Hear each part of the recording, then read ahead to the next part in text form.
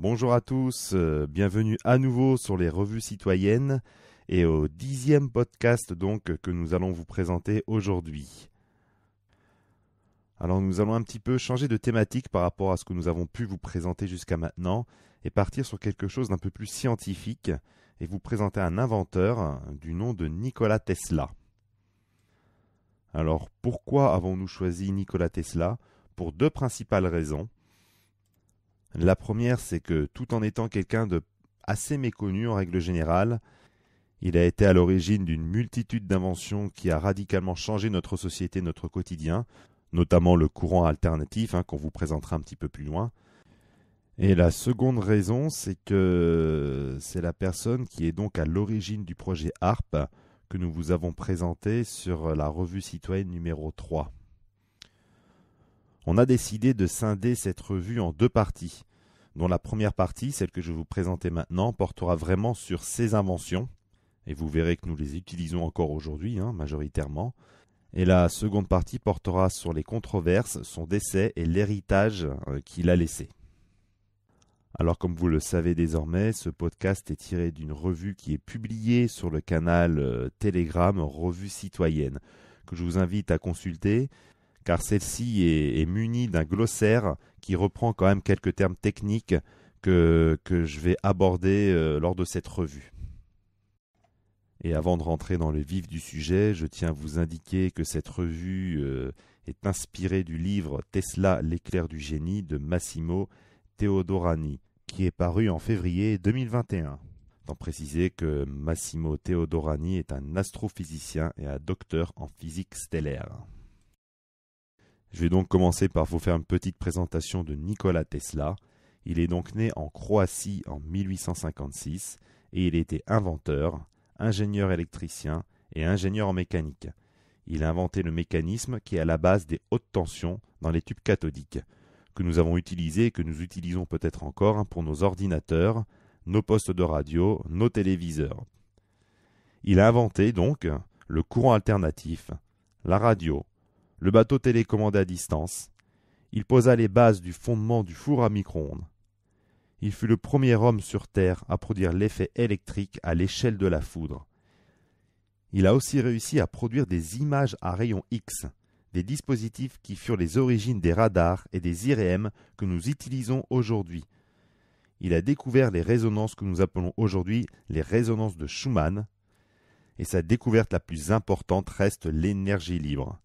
Ce sont les rayons cosmiques dont il a réussi à en exploiter l'énergie grâce à un système technologique qu'il a inventé. Ce champ est compris entre le sol et 70 km au-dessus du sol. Il visualisa le Soleil comme une immense boule faite d'électricité et chargée positivement avec un potentiel de 200 milliards de volts, et la Terre comme un corps chargé négativement. L'énorme force électrique qui jaillit entre ces deux corps constituait, du moins en partie, ce qu'il appelait aussi énergie cosmique. Cette énergie varie entre le jour et la nuit, d'une saison à une autre, mais est toujours présente.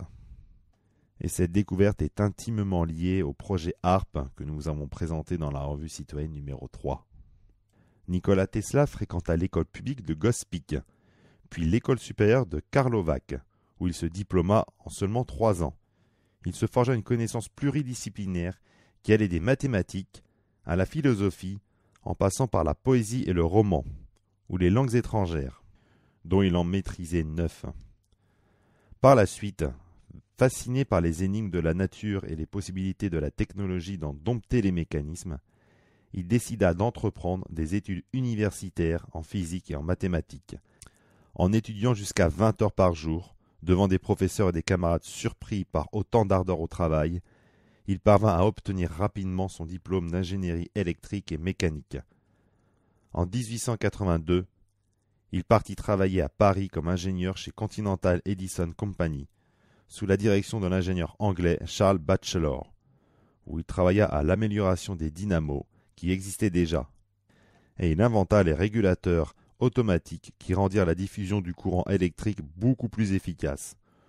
Au cours de la même année, il conçut le premier moteur à induction et il commença à développer plusieurs appareils, dont il prit les brevets en 1888, comportant l'utilisation de champs magnétiques tournants en mesure d'exploiter l'usage du courant électrique alternatif.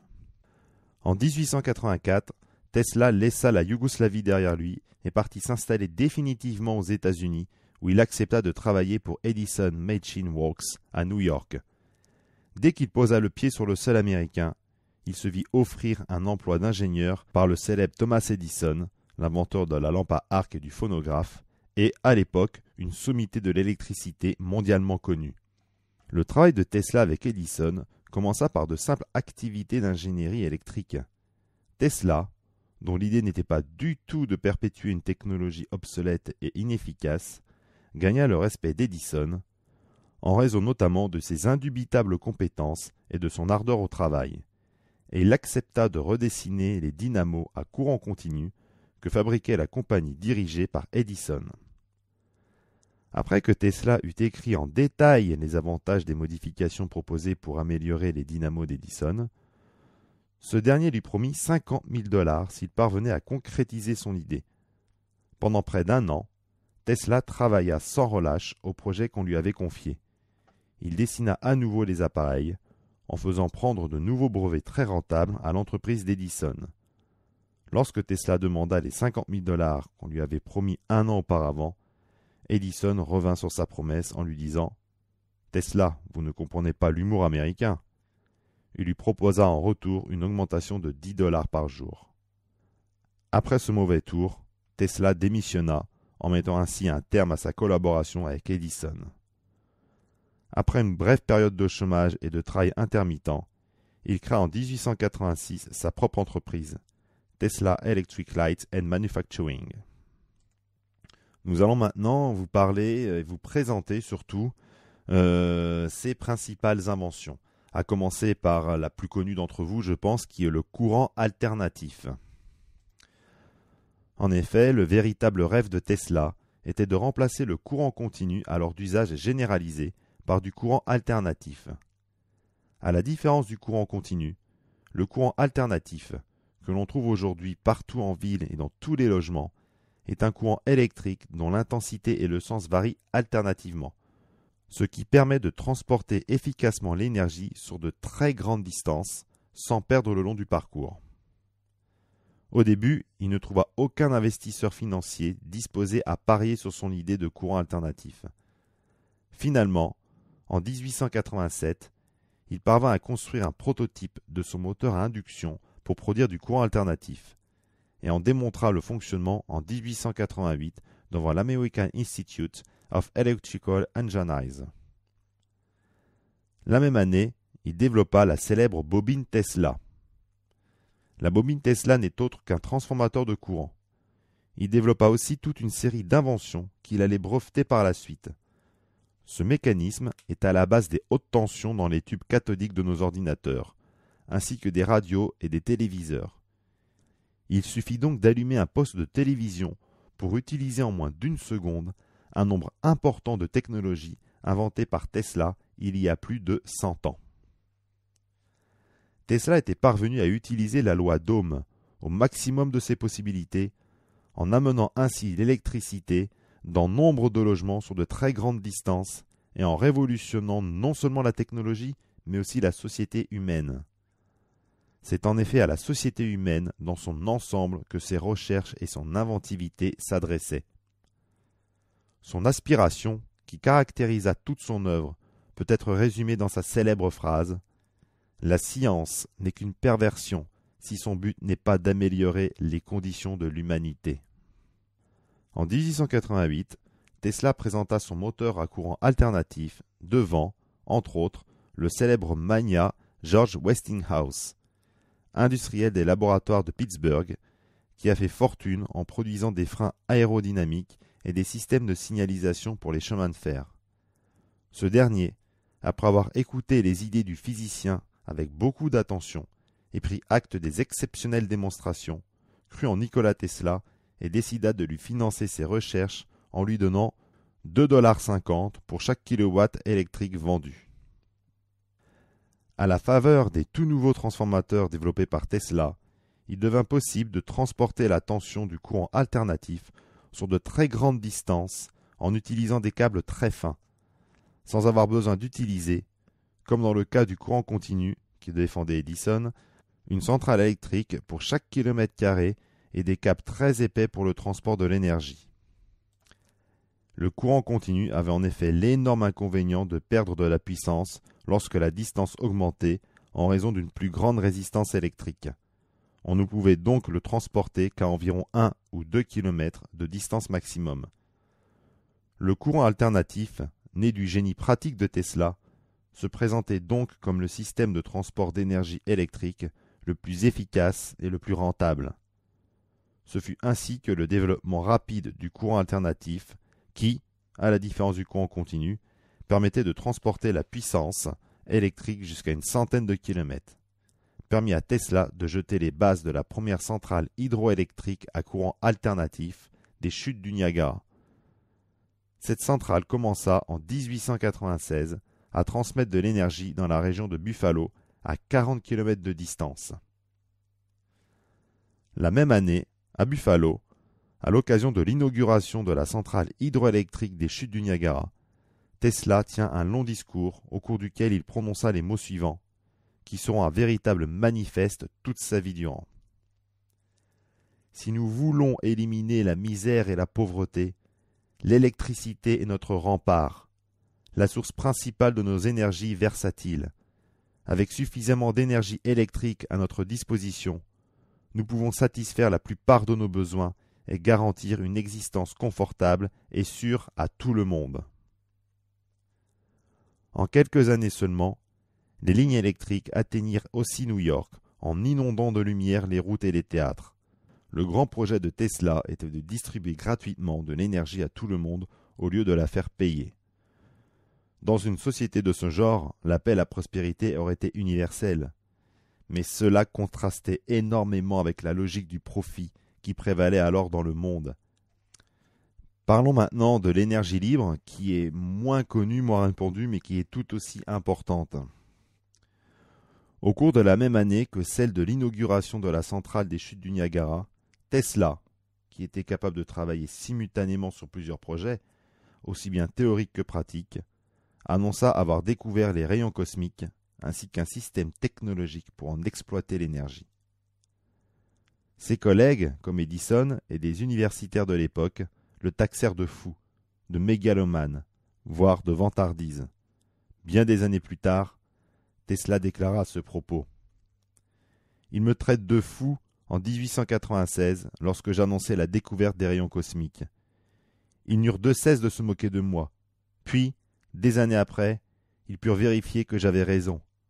À présent, je présume que l'histoire se répétera quand j'affirmerai avoir découvert une source d'énergie jusqu'ici inconnue, une énergie sans limite, et qu'il est possible de canaliser.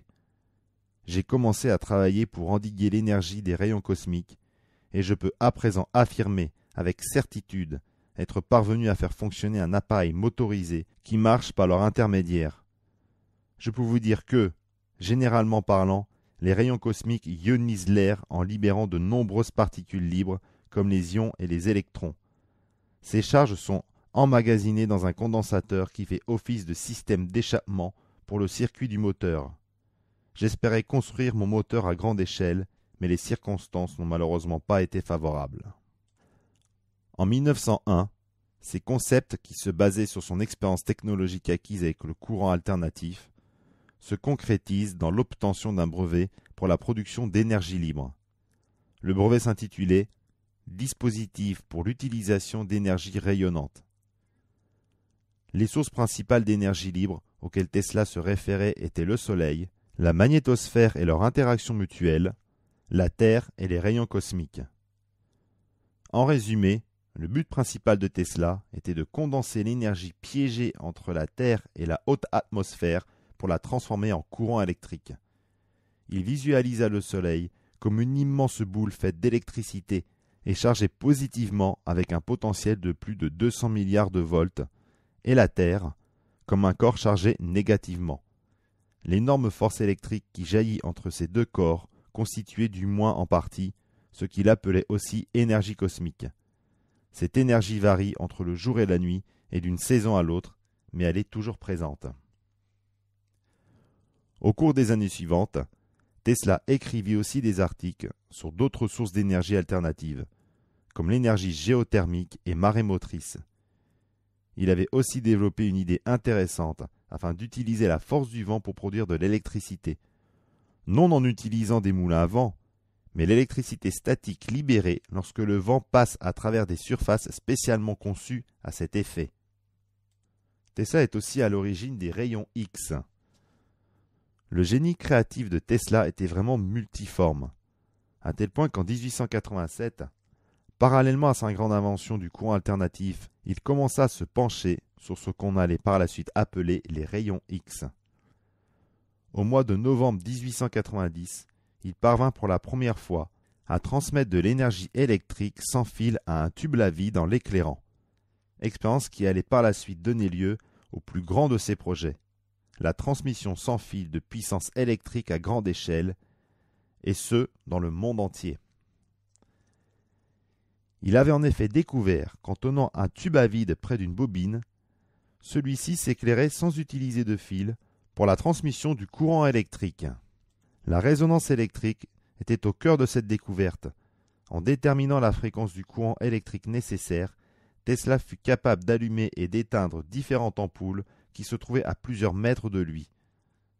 Au mois de juillet 1891, il acquit la nationalité américaine et installa son laboratoire permanent à Houston Street à New York. Ce fut là qu'il commença à faire ses premières expériences de transmission d'électricité sans fil en utilisant des tubes à vide et qu'il parvint à allumer des ampoules à distance.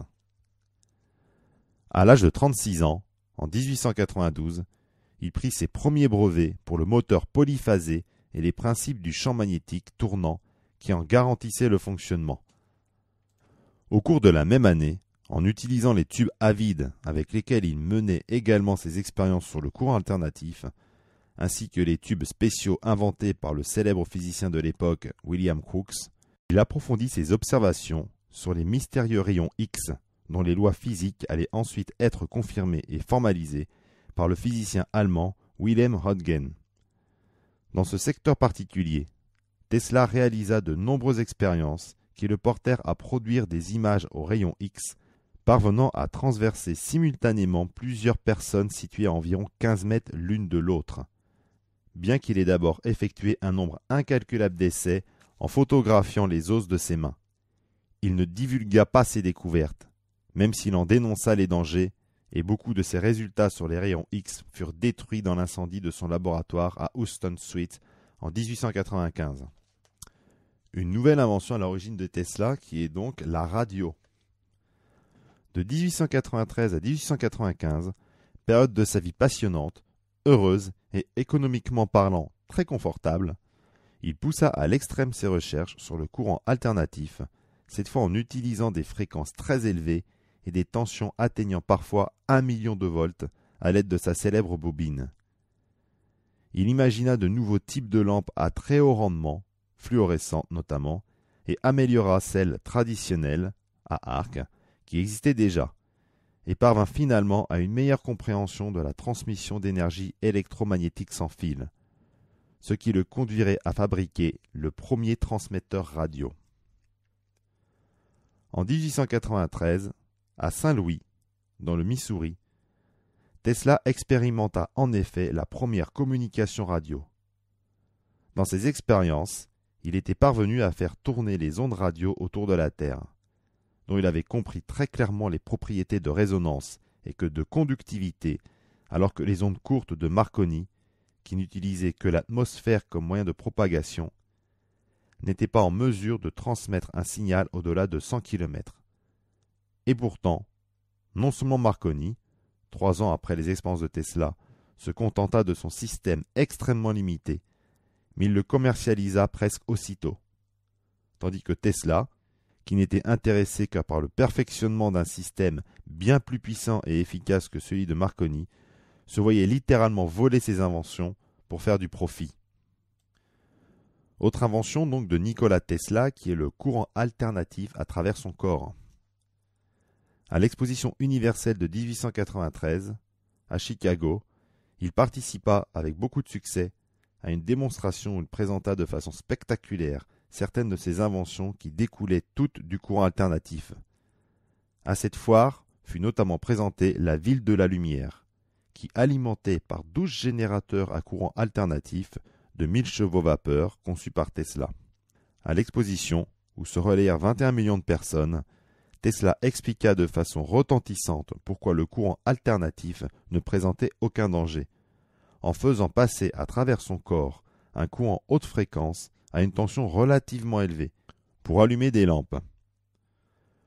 Le fait que le passage de courant à travers le corps de Tesla ne comporte aucun risque était dû à l'effet de Poe, sur la base duquel les courants de haute fréquence maintiennent l'électricité à la surface d'un conducteur. Ainsi, le courant ne circule qu'à travers les couches externes au lieu de les traverser. En augmentant la fréquence, on diminue en effet l'intensité du courant. C'est donc un petit peu le même mécanisme qui se produit lorsqu'une personne est dans une voiture, en sécurité, alors que dehors l'orage gronde avec des éclairs, qui sont un exemple classique du courant alternatif de très haute fréquence. Au sujet de l'expérience réalisée sur sa propre personne, Tesla disait « Je tiens là un tube de verre où a été fait le vide.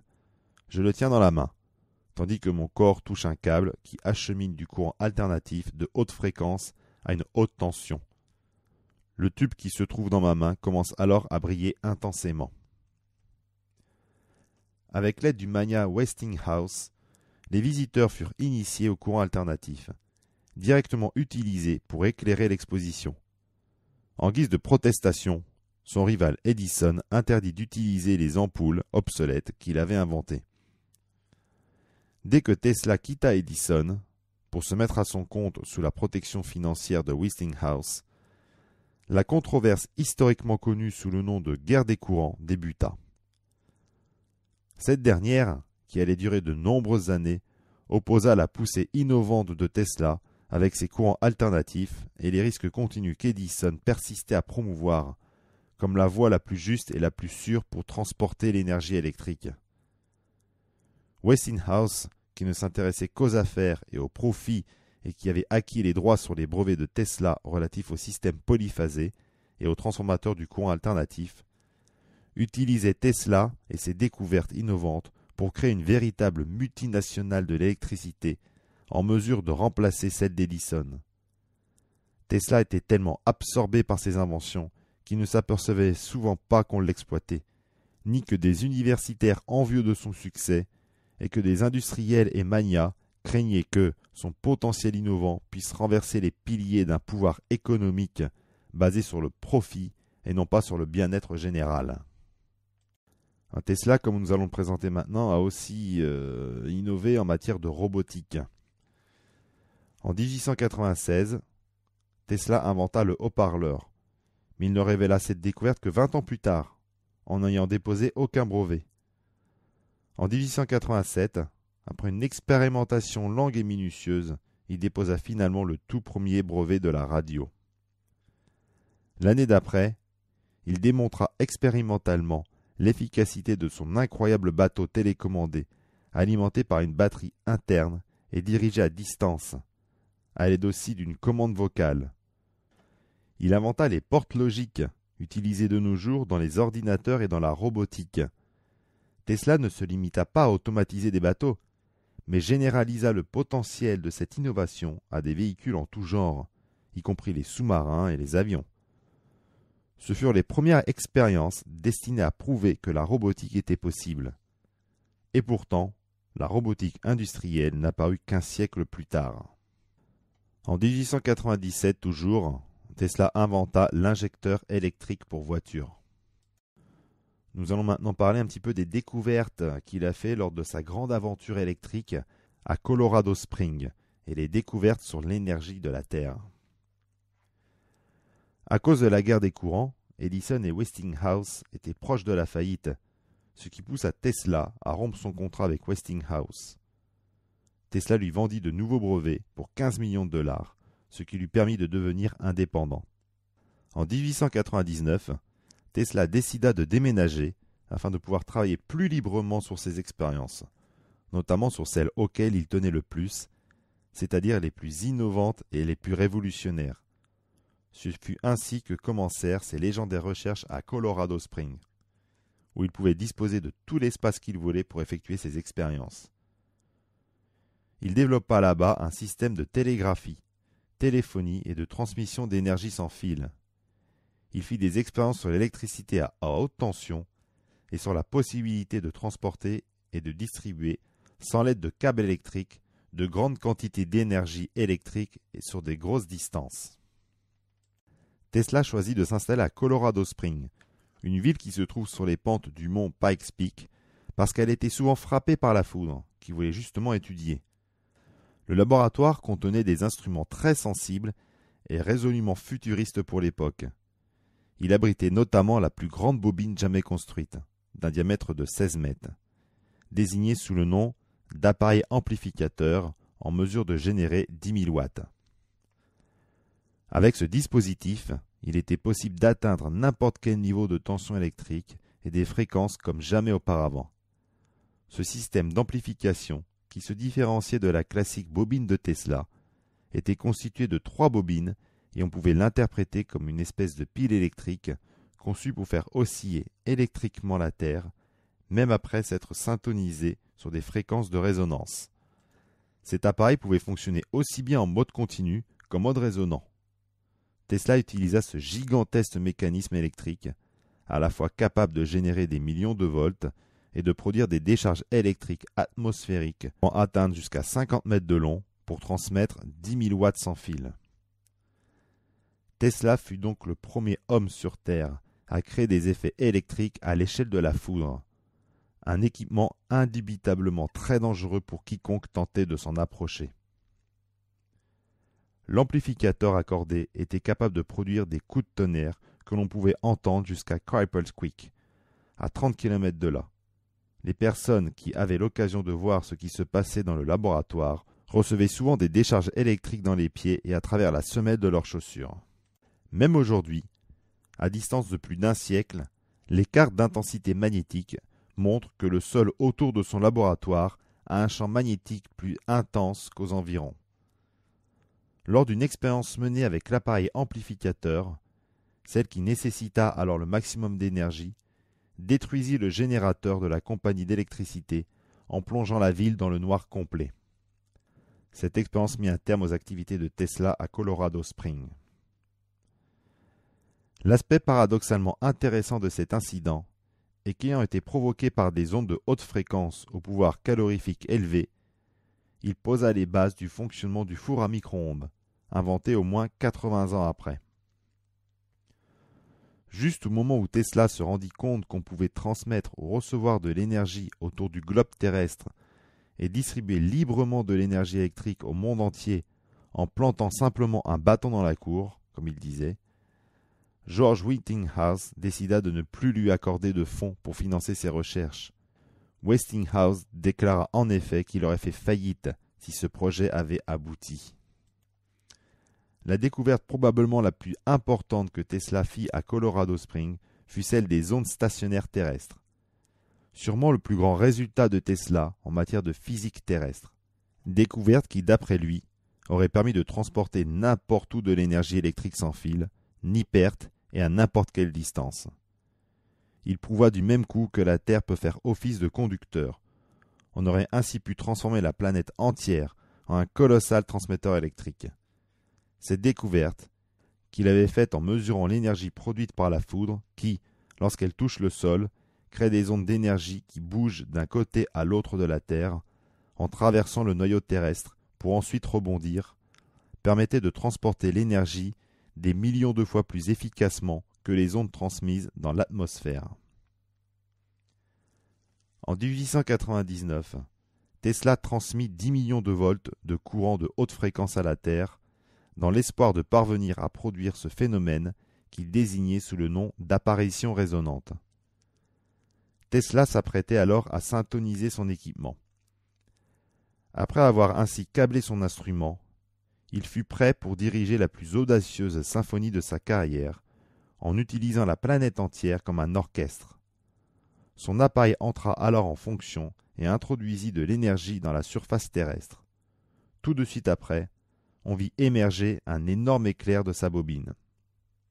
Le rêve de Tesla était donc celui d'une station transmettrice en mesure d'introduire l'énergie électromagnétique dans la croûte terrestre jusqu'à atteindre la fréquence de résonance de la Terre. De cette façon, en utilisant toute la planète, il aurait été possible d'intercepter cette énergie en utilisant des stations réceptrices éparpillées dans le monde entier. Tesla était maintenant capable d'utiliser la Terre comme conducteur pour transporter l'énergie électrique sans fil n'importe où dans le monde. D'après des calculs basés sur ses expériences, alors qu'il transmettait des fréquences extrêmement basses à travers le sol, il découvrit que la fréquence de résonance de la Terre était de 8 Hz. Ce fut au cours des années 1950 que des chercheurs, en particulier l'allemand Schumann, purent confirmer ces découvertes. De plus, sur la base des fréquences extrêmement basses, qui étaient générées au cours de ces expériences, en utilisant cette technologie, la possibilité de modifier les courants de la haute atmosphère avec de très grandes et d'inquiétantes probabilités de modifier le climat terrestre s'annonçait déjà. Enfin, Tesla devina que sur la base de cette technologie, il était aussi possible, en utilisant des fréquences ELF, d'interagir aussi bien avec l'activité bioélectrique du cerveau qu'avec la vibration naturelle des molécules du corps humain, en pouvant ainsi manipuler positivement ou négativement la biophysique selon les fréquences employées. Dans son laboratoire de Colorado Springs, Tesla conçut aussi un nouveau concept d'exploration géophysique, qu'il appela télégéodynamique. Par l'intermédiaire de ces expériences, qu'il laissa pour la plupart volontairement inachevées, on pouvait d'après lui donner vie à des tremblements de terre artificiels, parfois suffisamment grands pour causer d'importants dégâts à la planète. Ces expériences se basaient sur la découverte de Tesla, selon laquelle tout objet possède une fréquence naturelle de vibration, dénommée fréquence de résonance, et que si un objet quelconque est secoué à cette fréquence, il commencera à trembler dangereusement jusqu'à se briser. En 1898, Tesla avait compris que plus les ondes de résonance s'éloignent de leur source, plus elles augmentent. Il avait conçu, sans le vouloir, une machine à tremblement de terre. Un jour, il déclara même qu'en poussant au maximum ses effets de résonance, il pourrait briser la Terre en deux comme une pomme. Parmi les projets top secrets de Tesla, la rumeur circula qu'un en particulier, déjà expérimenté en grande partie et connu sous le nom de rayon de la mort, était prêt. De plus, l'affirmation retentissante d'être parvenu à établir une communication avec des êtres d'autres planètes est bien connue, bien que Tesla fît toujours preuve d'une réserve absolue sur les méthodes suivies pour atteindre ce résultat insolite. C'est justement à Colorado Springs, alors qu'il utilisait son appareil récepteur pour surveiller le passage d'orages et de leurs éclairs, qu'il détecta ce qu'il conclut être des signaux radio d'origine extraterrestre, découverte présumée dont il ne parla que quelques années plus tard après à la presse. Ces déclarations ne furent pas prises au sérieux par la communauté scientifique, sauf par le très célèbre physicien Lord Kelvin, le seul qui prit sa défense. Ces mesures indiquaient en effet des signaux répétitifs provenant de son récepteur, des signaux qui étaient pour l'essentiel différents de ceux qu'il avait plusieurs fois enregistrés à partir des orages et du bruit terrestre. Dans son communiqué publié dans Albany Telegram le 25 février 1923, il décrivit « 22 ans après, alors que je réalisais des expériences au Colorado, avec un système de transmission sans fil, j'obtins la preuve expérimentale de vie sur Mars. J'avais perfectionné un récepteur sans fil d'une sensibilité extraordinaire, de bien loin supérieure à ce qui était connu, et je reçus des signaux que j'interprétais comme 1, 2, S4. Je crois que les Martiens ont utilisé des nombres pour la communication parce que les nombres sont universels. » Tesla construisit aussi de nombreux transformateurs de résonance plus petits et élabora le concept de circuits électriques syntonisés, qui sont à la base des radios et des téléviseurs actuels. Il développa aussi les détecteurs pour séparer et recevoir des ondes électromagnétiques, ce qui le mena finalement à l'invention des circuits électriques syntonisés. Ces dispositifs furent les prédécesseurs de la radio, du radar et du système à résonance magnétique à usage médical. Nous allons maintenant aborder l'aventure électrique de Wardenclyffe, après celle de Colorado Springs, et du super-transmetteur sans fil. Tesla quitta donc Colorado Springs le 7 janvier 1900. Le laboratoire fut démantelé et ce contenu vendu pour rembourser ses dettes. Ces expériences seraient désormais conduites à partir d'une imposante tour conçue spécialement à cet effet, tour dénommée Wardenclyffe Tower, haute de près de 60 mètres et surmontée d'une électrode de cuivre d'un diamètre de 35 mètres. Sous la tour, sous terre, se trouvait un appareil permettant de transmettre une énergie électrique à la Terre, laquelle se comportait comme un circuit de résonance pouvant être excité électriquement à des fréquences prédéfinies. Sous la couverture d'expériences sur la radio et la télégraphie, sans l'intérêt du financier J.P. Morgan, qui avait accepté de subventionner la nouvelle entreprise du scientifique, Tesla utilisa en réalité ce nouvel équipement afin d'exploiter la résonance naturelle de la Terre, sur la base de sa découverte des ondes stationnaires terrestres faites à Colorado Springs.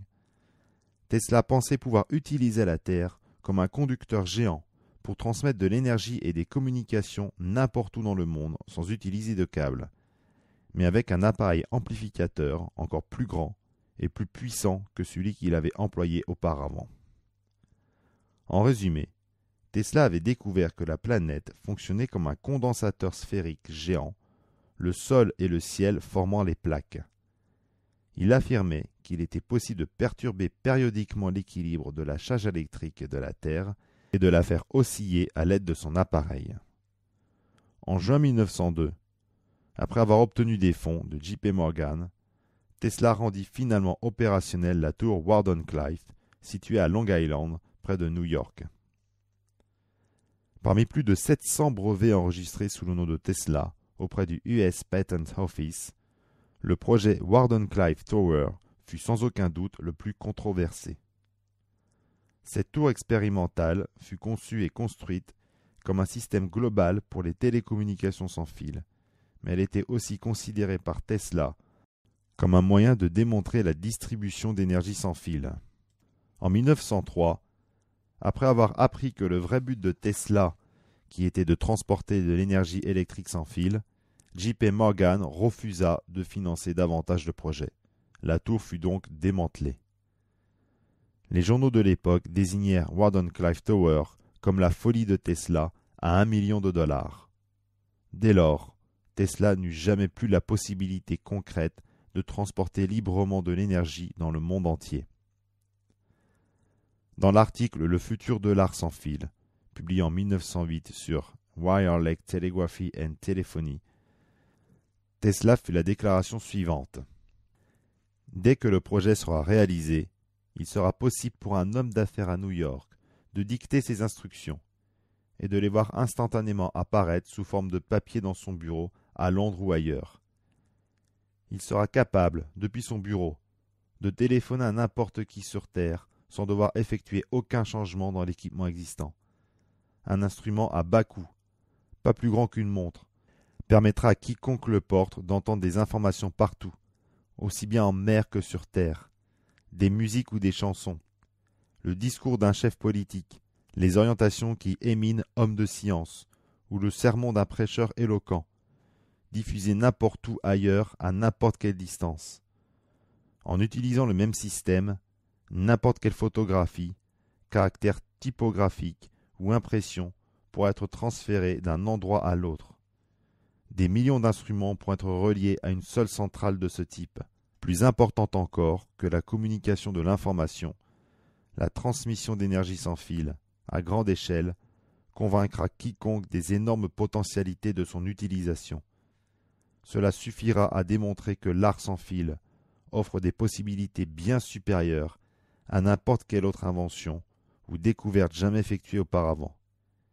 Et si les conditions sont favorables, on peut même s'attendre à ce qu'au cours des prochaines années, des merveilles émergent des applications de cette technologie. Donc, avec son appareil amplificateur de résonance pour la réception et la transmission sans fil, né à Colorado Springs, puis perfectionné à Long Island, Nikola Tesla voulait fondamentalement entreprendre deux actions: transmettre des signaux et des informations dans le monde entier, transmettre l'énergie électrique partout. Cette entreprise aurait électrifié le monde entier, en le transformant en un village planétaire où l'information aurait couru à la vitesse de la lumière et où la puissance électrique aurait fourni de l'énergie à quiconque sur la planète. En 1904, l'Office américain des brevets délivra le brevet de la radio à Marconi. Tesla engagea alors immédiatement la bataille pour faire valoir ses droits. Toutefois, en 1907, Marconi parvint à remporter le prix Nobel pour sa présumée invention de la radio. Tesla en fut profondément irrité et attristé, d'autant qu'il savait que Marconi avait utilisé illégalement 17 des brevets qu'il avait déposés. Quoi qu'il en soit, en 1935, la plupart des brevets de Marconi liés à l'invention de la radio furent invalidés par la Court of Claims des États-Unis, laquelle reconnut que les travaux de Marconi reposaient sur les précédentes expériences de Tesla, basées sur bien 17 brevets dont Marconi avait fait un usage impropre. Nombreux sont ceux qui pensent que les brevets déposés par Tesla à partir de 1988 constituent la base de la radio moderne et de la technologie sans fil. En 1944, un an après la mort de Tesla, ses droits sur la radio furent finalement reconnus. Cette décision se basa justement sur tout le travail réalisé par Nikola Tesla avant le brevet de Marconi sur la radio. Tesla fit également des recherches sur l'électrothérapeutique que nous allons parler maintenant, dont pour commencer la turbine à haut rendement. En 1906, à l'occasion de son 50e anniversaire, Tesla illustra le fonctionnement de sa turbine à disque tournant sans pale, en utilisant une puissance de 200 chevaux vapeur. En 1910-1911, à la station de métro Riverside de New York, plusieurs de ces turbines furent testées à 5000 chevaux vapeur. Par rapport aux turbines traditionnelles et aux moteurs à piston, la turbine de Tesla était relativement simple à fabriquer et tombait rarement en panne. Les avantages indéniables. Le projet de la turbine fut certainement le dernier à être commercialisé à grande échelle. Il conçut et commercialisa également le tachymètre pour voiture, qui était entre autres basé sur le principe de la turbine rotative. Ce fut d'ailleurs justement l'invention du tachymètre qui lui permit de toucher des royalties au cours des 20 années suivantes. Parlons de l'appareil électrothérapeutique. Bien qu'il n'ait pas représenté un gain concret pour lui, il fit preuve d'un très grand intérêt pour les appareils électriques à but thérapeutique, l'électrothérapie, qu'il ne breveta jamais, mais dont il autorisa la diffusion, notamment grâce au célèbre inventeur Thomas Henry Murray, qui poursuivit ses recherches dans les années 1940. Tesla découvrit en effet que certaines fréquences avaient un pouvoir de guérison sur le corps et l'esprit. Il effectua de très nombreuses expérimentations sur lui-même et sur autrui, en découvrant que les patients parvenaient à guérir de rhumatisme et d'autres troubles douloureux ou très handicapants, pouvant même conduire jusqu'à la paralysie. Il découvrit que les radiations qu'il transmettait à l'aide d'un appareil électrique dérivant de sa célèbre bobine avaient le pouvoir d'augmenter la circulation sanguine dans des régions particulières du corps, en exerçant sur ces dernières un plaisant effet réchauffant, effet diathermique, ainsi que l'oxygénation, la valeur nutritive du sang et certaines sécrétions, et d'accélérer l'élimination des déchets dans le sang. De plus, Tesla effectua de nombreuses expérimentations sur la transmission au cerveau humain des fréquences basses du spectre. Il découvrit que les ondes ELF étaient nuisibles et pouvaient aussi être utilisées comme une arme en bouleversant l'activité bioélectrique du cerveau. Mais il découvrit également qu'à 8 Hz, l'esprit expérimentait un profond état de détente, une fréquence qui, entre autres, correspond exactement à la principale fréquence de résonance de la Terre. En étudiant le comportement des ondes à très basse fréquence, il se rendit compte qu'il était possible de construire une arme électromagnétique en mesure de manipuler et de contrôler non seulement les forces de la nature, mais aussi l'esprit. Un projet de ce genre, désigné sous le nom de MK Ultra, est malheureusement en cours depuis plusieurs années, aussi bien aux États-Unis qu'en Russie. Outre le dommage que cause la modification du temps au moyen des ondes ELF sur les structures naturelles du temps, sur le rythme des marées, et outre les maladies qu'elle provoquait chez l'homme, a aussi un effet négatif chez les animaux, qui sont dépendants des courants chauds du vent et de la mer pour se déplacer. Ils sont dérangés dans le rythme naturel et donc condamnés à mort. Des volées d'oiseaux qui recherchent leur île habituellement pour y nicher ne la trouvent pas, et des baleines perdent toute orientation à cause des changements des courants de la mer. En 1912, Tesla fut désigné comme candidat au prix Nobel de physique. Il refusa pour ne pas l'avoir reçu en 1909 à la place de Marconi. En 1915, Tesla refusa à nouveau le prix Nobel, quand il apprit qu'il aurait dû le partager avec Edison. Aucun des deux ne reçut un tel honneur. Avant la Première Guerre mondiale, Tesla chercha à l'étranger des investisseurs pour ses inventions. Au début de la guerre, Tesla perdit des occasions de financement européen. La tour Weldon-Clyffe fut démantelée vers la fin de la Première Guerre mondiale. À cette époque, en 1914, il décrivit un article dans lequel il prédisait les raisons de la guerre en dénonçant aussi l'inutilité de la Société des Nations en tant qu'institution. Nous allons désormais parler des deux dernières inventions, à commencer par le principe du radar. Au mois d'août 1917, il mit au point les principes relatifs au niveau de fréquence et de puissance qui auraient permis de construire en 1934 les premiers dispositifs radars. Il avait donc aussi mis au point une technique consistant à utiliser les ondes radio pour relever de loin la position et la vitesse des objets.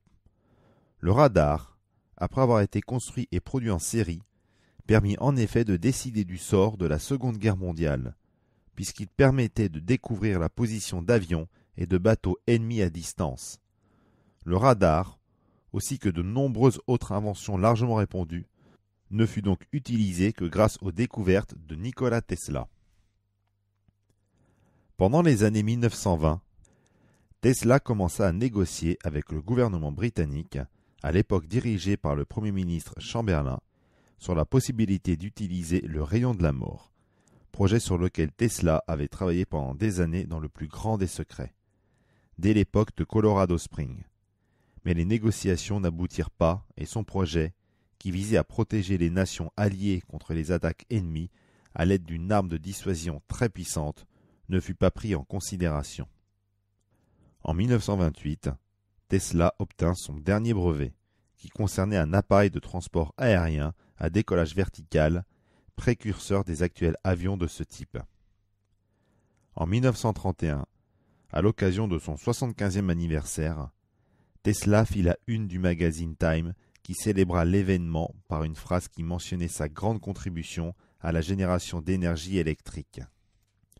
Dans le même numéro de la revue, Tesla annonça son projet d'un gigantesque transmetteur, qu'il appela Teslascope, et qu'il voulait utiliser pour envoyer des signaux vers les étoiles.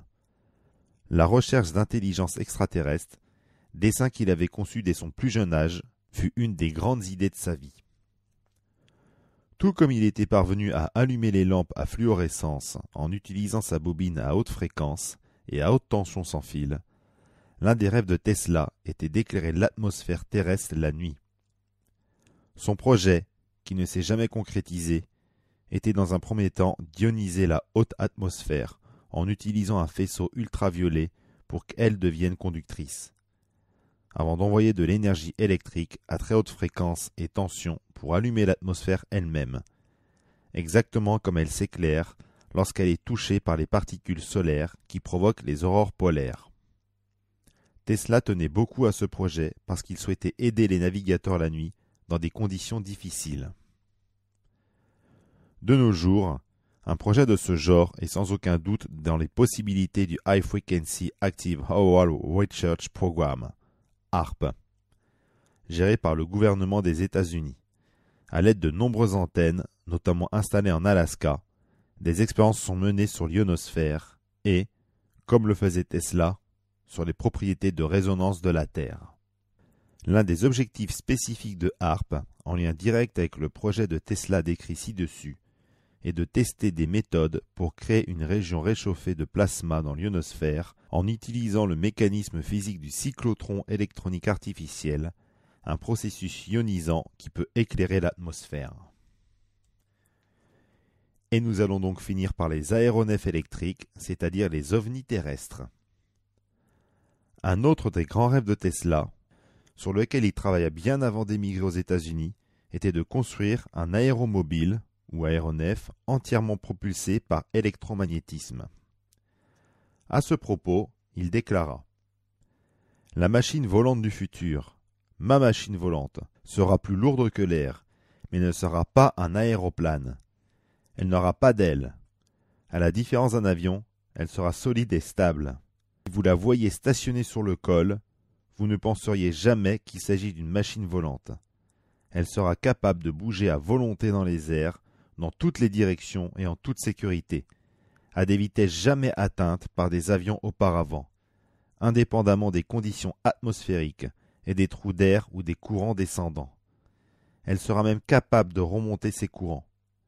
Elle peut devenir tout à fait stationnaire dans les airs, même en présence d'un vent fort. Ce n'est pas encore le moment d'entrer dans les détails. Je peux seulement vous dire qu'elle se base sur un principe qui signifie de grandes choses pour la paix, mais aussi qu'elle peut être utilisée pour de grandes choses qui ont à voir avec la guerre. Mais je le répète, ce n'est pas le moment de parler de certaines choses. En réalité, ce projet de machine volante était sans aucun doute révolutionnaire et probablement faisable. Il s'agissait d'aéronefs qui pouvaient voler en absorbant et en exploitant l'énergie électromagnétique transmise en permanence par des transmetteurs très semblables à ceux de Colorado Springs et Long Island. L'effet aurait sans doute été antigravitationnel. Tesla ne breveta jamais ce projet d'aéronef électrique, mais il prit en revanche un brevet pour un aéronef en mesure de décoller et d'atterrir verticalement, comparable aux actuels avions de chasse Harrier, projet que développent actuellement des physiciens héritiers de ces découvertes et sous certains aspects, la NASA depuis 1997 à travers son projet Breakthrough Propulsion Physics. Cette première partie de la revue numéro 10 touche donc à sa fin. Nous espérons que vous avez pris plaisir à découvrir un petit peu l'œuvre et les inventions de Nikola Tesla. Nous vous rappelons donc qu'elle est également disponible en version écrite sur le canal Telegram Revue Citoyenne, le tout au pluriel, que je vous conseille d'ailleurs vivement de lire. Regardez des termes techniques qui peuvent se présenter dans le document et du glossaire qui est également associé à la revue écrite. Nous allons vous présenter dans les prochains jours la seconde partie de cette revue citoyenne consacrée à Nikola Tesla, qui portera donc sur les controverses, son décès et les héritages donc qu'il a laissés. Merci beaucoup de votre écoute et à très bientôt.